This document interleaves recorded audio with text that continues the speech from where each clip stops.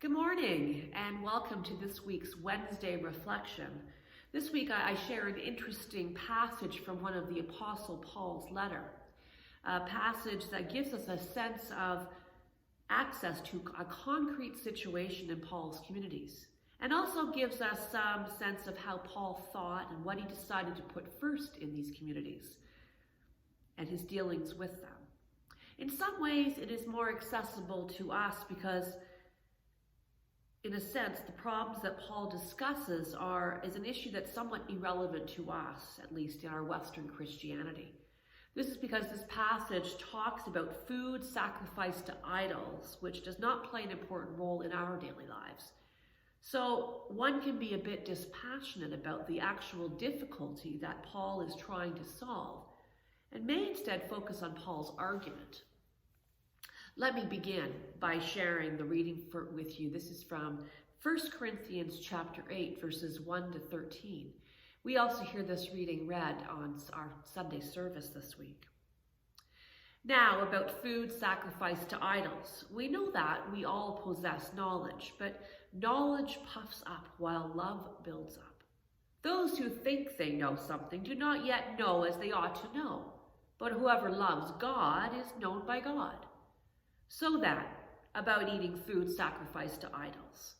We know that an idol is nothing at all in the world, and that there is no God but one. Even if there are so-called gods, whether in heaven or on earth, as indeed are many gods and many lords, yet for us there is but one God, the Father, for whom all things came and for whom we live. And there is but one Lord, Jesus Christ, through whom all things came and through whom we live. But not everyone possesses this knowledge. Some people are still so accustomed to idols that when they eat sacrificial food, they think of it as having been sacrificed to a god. And since their conscience is weak, it is defiled. But food does not bring us near to God. We are no worse if we do not eat, and no better if we do. Be careful, however, that this exercise of your rights does not become a stumbling block to the weak.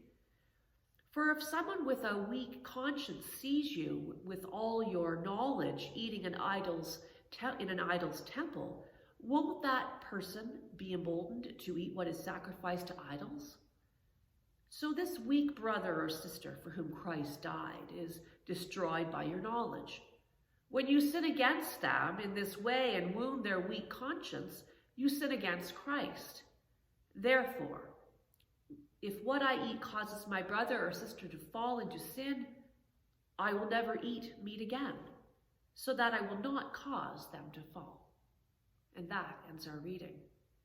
So from what we have just heard, it appears that the community in Corinth was facing some problems centered around animals that were sacrificed during pagan rituals. This meat that had been sacrificed, if there was any left over, was being sold in the local markets. The question that was being raised was, if one was a follower of Christ and living in Corinth, could you buy and eat this meat? Corinth was known in the first century as a classic pagan town, and it would have been difficult for Christ followers to live in a manner completely separate from the world around them.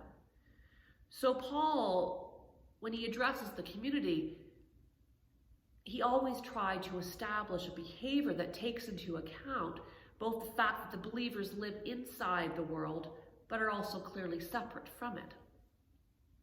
It seems that this passage really gives us a glimpse of the manner in which Paul understood the world, and in particular the space between God and human beings.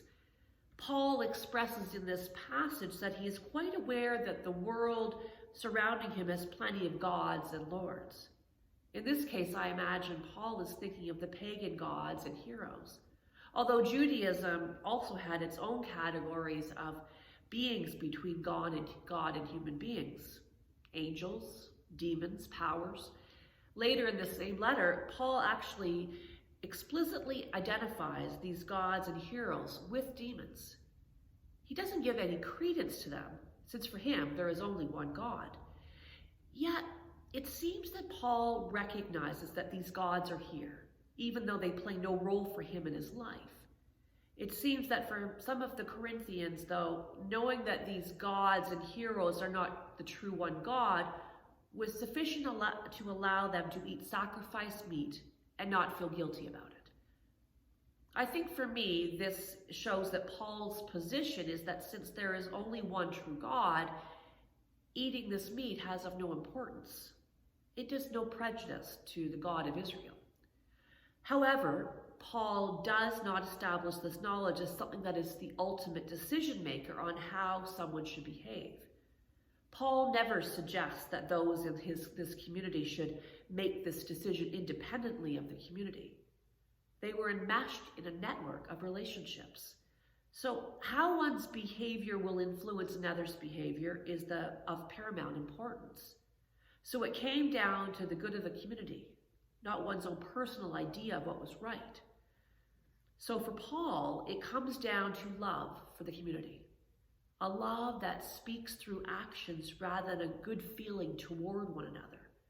Which to me means that Paul was trying to explain to them that they didn't necessarily have to like the other people in the community, or that they had to agree with them on what they decided or even how they understood the world.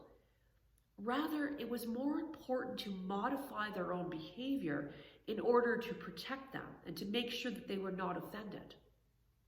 And really, isn't that how we all want to live our life? To live in harmony? To live in community even when sometimes we might not always agree on how things should be done?